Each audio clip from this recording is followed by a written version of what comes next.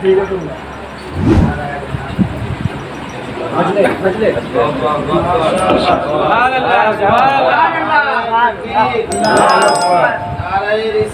آیت نے کہا ہے اتنی دولت بھی نہیں یزید تیرے خزانے میں، اتنی دولت ہی نہیں یزید تیرے خزانے میں جتنا شبیر کے دیوانے لٹا دیتے ہیں، اتنا شبیر کے دیوانے لٹا دیتے ہیں۔ شام سے آج تک آپ 10 دن پہلے ہی محرم سے آج تک آپ لوگ لٹاتے آئے ہیں، لیکن پھر بھی دولت میں کمی نہیں۔ خیر اللہ آپ کو جزائے خیر عطا فرمائے۔ میرے محترم اور دوستوں، حسین والوں اور حسین کے نام پاک پر خرچ کرنے سے کبھی وہ دولت کم نہیں ہوتی ہے۔ میرے محترم اور دوستوں، میرے امام پاک نے میدان کربلا میں اسلام کی عظمت کو بچانے کے لیے سب کی قربانی پیش کی تھی۔ ہمیں اور آپ کو قربانی پیش نہیں کرنی ہے، بلکہ ہم اور آپ اس پر عمل کریں گے، حسین پاک کی سنت بھی ادا ہو جائے گی، اور میرا اسلام سر سبز و شاداب بھی رہے گا۔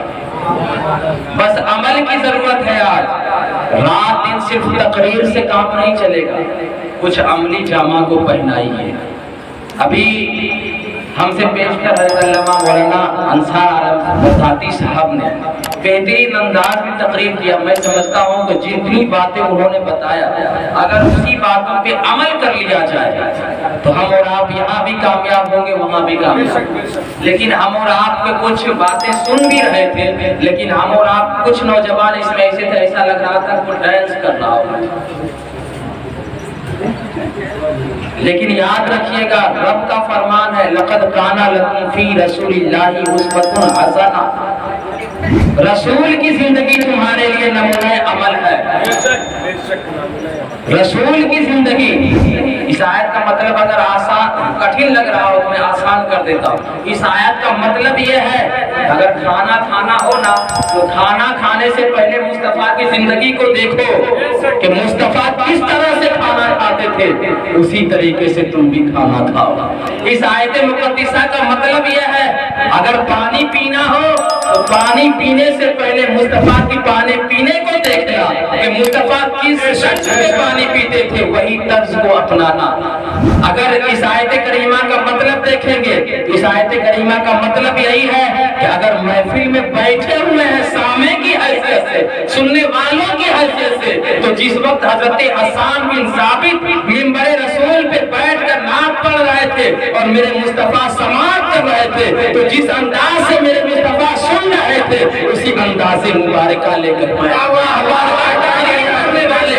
بیان کرنے والے ہیں۔ تو اس آیت کا مطلب یہی ہے کہ بیان کرنے والوں کو چاہیے کہ حجۃ الوداع کا وہ منظر دیکھ لینا کہ مصطفیٰ کس طریقے سے بیان کرتے تھے، تم اسی طریقے سے بیان کرنا۔ نماز جمعہ کو جانا ہے، نماز جمعہ سے پہلے مصطفیٰ کے نماز جمعہ دیکھ لینا۔ نماز عیدین کو جانا ہے، نماز عیدین سے پہلے مصطفیٰ کے عیدین کو دیکھ لینا۔ گویا کہ اللہ تبارک و تعالیٰ نے قرآن مجید میں فرمایا لقد کان لکم فی رسول اللہ اسوۃ حسنہ۔ تم دنیا کا کوئی بھی کام کرو، اس کام کو کرنے سے پہلے مصطفیٰ کی زندگی کو دیکھ لینا۔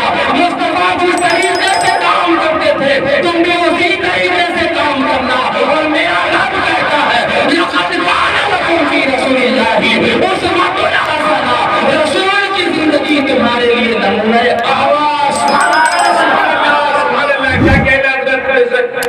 نعت نبی کو اب سنیے، انعام بھی دیجئے۔ میرے نبی نے انعام دیا ہے، یہ کوئی بری چیز نہیں ہے، لیکن ادب کے دائرے۔ یہ محفل کا ادب جانتے ہیں؟ حضرت عمر رضی اللہ تعالیٰ حضرت عمر فرماتے ہیں من عظم مولد النبی صلی اللہ علیہ وسلم فقد احیا الاسلام، جس نے اس میلاد پاک کی تعظیم کیا، عزت کی، میرے امام کہتے ہیں گویا اس نے اسلام کو زندہ کر دیا۔ کربلا میں امام پورا کنبہ کٹا کے اسلام کو زندہ کیا ہے۔ ہم اور آپ صرف اس محفل کی عزت کریں گے، اس کے ادب و احترام کو پامال ہونے سے بچائیں گے، ہم اور آپ کو وہی ثواب ملے گا اسلام کو زندہ کرنے کے بعد۔ اس محفل کی عظمت کو جانتے ہیں؟ حضرت ابوبکر صدیق رضی اللہ تعالیٰ عنہ نے کہا اسی محفل کے بارے میں من انفق درہمن علی قرتی مولد النبی صلی اللہ علیہ وسلم کان رفیقی فی الجنہ۔ حضرت ابوبکر صدیق کہتے ہیں کہ جس نے محفل میلاد پاک میں پڑھنے میں 1 روپیہ خرچ کیا، 1 روپیہ، وہ شخص کیا ہے؟ تو میرے حضرت ابوبکر صدیق کہتے ہیں کانا رفیقی فی الجنہ، وہ شخص جنت میں میرا ساتھی ہے۔ کہیے سبحان اللہ۔ اس محفل کی عظمت کو سمجھیے، پہلے تو اس محفل کو عظمت، اس محفل کی عظمت، اور دوسرے نمبر آپ مسجد میں بیٹھے ہیں، اس کی بھی مسجد کی حرمت ہے میرے محترم اور دوستوں۔ اس لیے ہم اور آپ جہاں بھی جائیں محفل پاک ادب و احترام کے ساتھ رکھے۔ حضرت ابوبکر نے کہا 1 روپیہ خرچ کیا نا جو اس میں، وہ شخص جنت میں میرا ساتھی۔ کس کا ساتھی؟ ابو بکر صدیق کا ساتھی۔ میرے محترم اور دوستوں، آج ہم اور آپ کا اگر دوست ودھائک جی بن جائے نا، ودھائک جی دنیا کا، ہم اور آپ کا پیر زمین پہ نہیں رہتا، کون ہمارا کیا بگاڑ لے گا؟ میرا دوست ودھائک ہے۔ اگر آج ہمارا اور آپ کا ساتھی دوست کہیں اس سے ہائی لیول کا کسی سانسد سے ہو جائے، ہم اور آپ کا پیر اور آسمان پہ چلا جاتا ہے، کون ہمارا کیا بگاڑے گا؟ سانسد ہمارا ہے۔ اگر کہیں اس سے زیادہ آگے دوستی بڑھ گئی اور کہیں ہمارے ڈی ایم یا پی ایم کے پاس چلا گیا، سی ایم کے پاس چلی گئی یہ دوستی، ہم اور آپ کا اور زیادہ سینہ چوڑا ہو جاتا ہے۔ پھر تو ہم کسی کو بھی جی میں لگائیں گے نہیں۔ کیوں؟ کہ ہمارا دوست ہی پی ایم ہے، ہمارا دوست ہی سی ایم ہے۔ یہ دنیا کے دوستی کا یہ عالم ہے کہ دوست جتنا عہدیدار ہوگا، دوست کا اتنا ہی زیادہ مقام ہوتا ہے۔ ابو بکر صدیق کون ہے؟ یہ میں نہیں کہہ رہا ہوں، یا یہ صرف علماء نہیں کہیں گے، بلکہ پوری کائنات کے جتنے مساجد ہے وہ تو بعد میں کہیں گے۔ میرے پیارے آقا نے کہا اور قیامت تک ہر مساجد کے ممبر سے جمعے کے دن اعلان کیا جائے گا، افضل البشر بعد الانبیاء بالتحقیق امیر المؤمنین ابی بکر صدیق۔ گویا کہ ابو بکر وہ ہے جو کہ کسی بادشاہ سے برابر نہیں ہے، بلکہ تمام انبیاء کے بعد جو بشر میں جو سب سے بہتر و اعلیٰ ہے وہ کوئی اور نہیں، ابو بکر صدیق کی ذات ہے۔ ابو بکر صدیق کا فرمان ہے کہ جو میعاد میں 1 روپیہ خرچ کرے گا وہ ابو بکر صدیق کے ساتھ جنت میں جائے گا۔ نعرہ تکبیر، نعرہ رسالت، مسلک کی اعلیٰ حضرت، مسلک کی اعلیٰ حضرت، حضور تاج الشریعہ، حضور تاج الشریعہ، حضور اکبر علی، حضور اکبر علی، شہید اعظم کانفرنس، حضرت علامہ مولانا ثابت القادری۔ میرے محترم اور دوستو، اس کی عظمت کو سمجھیں اور ہو سکے تو میلاد پاک روز کرائیے۔ ضروری نہیں ہے کہ ہم ہی کو بلائیے یا مولانا انصاری صاحب کو بلائیے، 2-4 لوگ ہی اگر بیٹھ کے ذکر و اذکار کی محفل ہو جائے نا، میرے پیارے آقا کہتے ہیں کہ جہاں ذکر و اذکار کی محفل سجتی ہے وہ جنت کی کیاریوں میں سے ایک کیاری ہے۔ آپ روز محفل میلاد قائم کیجیے، یہیں تک نہیں، حضرت عثمان غنی نے تو کہا ہے کہ جو محفل پاک میں 1 روپیہ خرچ کرتا ہے تو گویا کہ وہ شخص ایسا ہی ہے کہ اس نے بدر اور حنین کے جنگ میں حصہ لیا۔ اتنا بڑا ثواب کہ حنین اور بدر کے جنگ میں وہ حصہ لیا۔ حضرت علی کہتے ہیں کہ جس نے محفل میلاد پاک کے پڑھنے کا سبب بنا یا اس کا انتظام کیا یا اس کی تعظیم کی، تو حضرت علی رضی اللہ تعالیٰ عنہ کہتے ہیں کہ وہ شخص جنت میں بغیر حساب داخل۔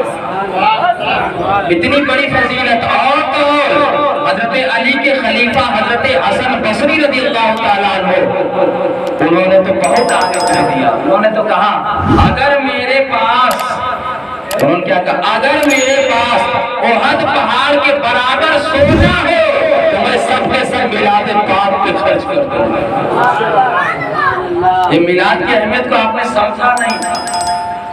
میرے محترم و دوستو، اس کی ادب بھی ضروری ہے اور اس کے ہر طرح سے، اور پھر مسجد میں آپ جنت کے کیاری میں بھی ہیں، مسجد میں دنیا کی سب سے اچھی جگہ مسجد، آپ مسجد میں بھی ہیں۔ اس مسجد کی طرف منہ کر کے تھوک پھینکنا منع ہے۔ ہم اور آپ مسجد میں رہیں تو اس کا بھی احترام کریں۔ اور میرے محترم اور دوستوں محفل میلاد پاک قائم کیا ہے تو امام پاک کا اگر ذکر کر رہے ہیں تو میرے امام پاک کربلا میں کیا کیا امام پاک کی مصیبتیں آئی ہے آپ اسے یاد کر کے تھوڑی دیر آپ امام پاک کے بارگاہ میں عریضہ پیش کریں اور امام پاک کے وسیلے سے اپنے رب سے دعا مانگے. میرا یہ عقیدہ ہے کہ میرے امام کے وسیلے سے جو بھی دعا مانگی جائے گی وہ میرا رب قبول فرمائے گا, ہماری دعا رد نہیں ہوگی میرے امام کے وسیلے سے. اس لیے کہ معلوم ہے میرے امام اگر ایک اشارہ کرتا, دنیا کہتی ہے امام حسین پانی کے لیے ترس گئے, میں کہتا ہوں کہ لبے حسین کے لیے پانی ترسا, پانی نہیں ترسی. اور میرے امام نے پانی کو کیوں عزت نہیں دی معلوم ہے؟ آج ہر چیز دنیا میں مہنگائی ہوتی جا رہی ہے لیکن پانی کی قیمت کبھی نہیں بڑھتی ہے, پانی کی قیمت نہیں بڑھتی ہے. کیوں؟ میرے امام نے اسی لیے عزت نہیں دی. اگر میدان کربلا میں میرے امام پانی کی عزت کرتے, پانی کو عزت دیتے تو آج مہنگائی کے زمانے میں پانی اتنا مہنگا ہو جاتا کہ ہم اور آپ پی نہیں پاتے. شاعر کہتا ہے کہ شاہ نے اس لیے پانی کو نہیں دی عزت, شاہ نے اس لیے پانی کو نہیں دی عزت تاکہ ملتا رہے مہنگائی میں سستا پانی, تاکہ ملتا رہے مہنگائی میں سستا پانی. میرے آقا حسین ہیں میرے محترم اور دوستوں, ہم اور آپ حسینی ہیں تو پکا حسینی بنیے. میں نے اس سے پہلے بھی یہی کہا تھا آپ پکا حسینی بنیے. میں آخری بات عرض کر کے میں رخصت ہوں گا. میرا رب فرماتا ہے قرآن پاک کی پہلے سے پارہ میں سورہ بقرہ شریف کی ایک آیت ہے, وَإِذَا قِيلَ لَهُمْ لَا تُفْسِدُوا فِي الْأَرْضِ قَالُوا إِنَّمَا نَحْنُ مُصْلِحُونَ أَلَا إِنَّهُمْ هُمُ الْمُفْسِدُونَ وَلَكِنْ لَا يَشْعُرُونَ. یہ آیت کریمہ در حقیقت یہ آیت کریمہ منافقین کے لیے ہے. منافقین یعنی کہ جو لوگ زبان پہ ہے لا الہ الا اللہ اور دل میں کچھ اور ہے, جو ایمان والوں سے ملا کر ہم تمہارے ساتھ ہیں اور کافروں سے ملا تو ہم تمہارے ساتھ. بیچ والے لوگوں کے لیے آیت کریمہ ہے. کن کے لیے ہے؟ جو زبان پہ کچھ رکھے اور دل میں کچھ رکھے. یعنی یوں کہیے کہ جو کہتا کچھ ہے اور کرتا کچھ ہے. یہ آیت کریمہ حقیقت میں تو منافقین کے لیے آیا ہے, لیکن آج اگر اپنے اوپر فٹ کرے نا تو آج ہمارے اوپر بھی آیت کریمہ صادق ہے. ہم نے غور کیا, بس آخری پیغام میں دے رہا ہوں, یہ آیت کریمہ ہمارے اوپر بھی فٹ بیٹھ جاتا ہے. اللہ فرماتا ہے جب اس سے کہا جائے کہ تم فساد نہ پھیلاؤ زمین میں, یہ بیچ والے طبقہ لوگ ہیں, فساد نہ پھیلاؤ زمین میں, تو یہ لوگ کیا کہتے ہیں؟ ارے ہم لوگ فساد کہاں پھیلاتے ہیں, ہم لوگ تو اصلاح کرتے ہیں. قالوا وَإِذَا قِيلَ لَهُمْ لَا تُفْسِدُوا فِي الْأَرْضِ قَالُوا إِنَّمَا نَحْنُ مُصْلِحُونَ. وہ لوگ کہتے ہیں ہم لوگ تو اصلاح کرنے والے مصلحین میں سے ہیں. لیکن میرا رب کہتا ہے خبردار, ہوشیار رہو ایسے لوگوں سے. الا, خبردار رہنا ایسے لوگوں سے جو زبان پہ کچھ اور دل میں کچھ ہو, یعنی جس کی کرنی کچھ اور ہو اور کتنی کچھ اور ہو. ایسے لوگوں سے ہوشیار رہنا. الا انہم هم المفسدون, بے شک وہی لوگ فسادی ہے, لیکن تم اسے شعور نہیں ہے, وہ سمجھ نہیں سکتے, وہی لوگ فسادی ہے. گویا کہ رب نے کہا ہے فساد زمین میں نہ پھیلاؤ. آج حسینی ہے میرے محترم دوستوں, یہ سمجھے کہ دل کی بات میں پیش کر رہا ہوں. تقریریں تو کہیں بھی جا کر لیں گے, لیکن جو اصل پیغام ہے وہ میں آپ کو دے رہا ہوں. آج ہوتا کیا ہے, آج ہم اور آپ یا حسین کرتے ہیں اور کہیں جھنڈا لے لیتے ہیں, اسلام کا جھنڈا, امام حسین پاک کا جھنڈا لے کر جاتے ہیں یا حسین کرتے ہوئے کسی ایسی جگہ پہ گاڑ دیتے ہیں جہاں پہ لڑائیاں بھڑک جاتی ہیں. ہمارے سمستی پور میں ابھی ہوا, کسی جھنڈا کو لیے یا حسین کرتے ہوئے, اور اس سے بھی بڑا کارنامہ ہم لوگ کا ہو گیا ہے, ڈھولک لے کر ایسی جگہ پہ جا کر اتنا زیادہ بجائیں گے کہ دنگا بھڑک اٹھے. رب کا فرمان ہے فساد نہ پھیلاؤ زمین میں.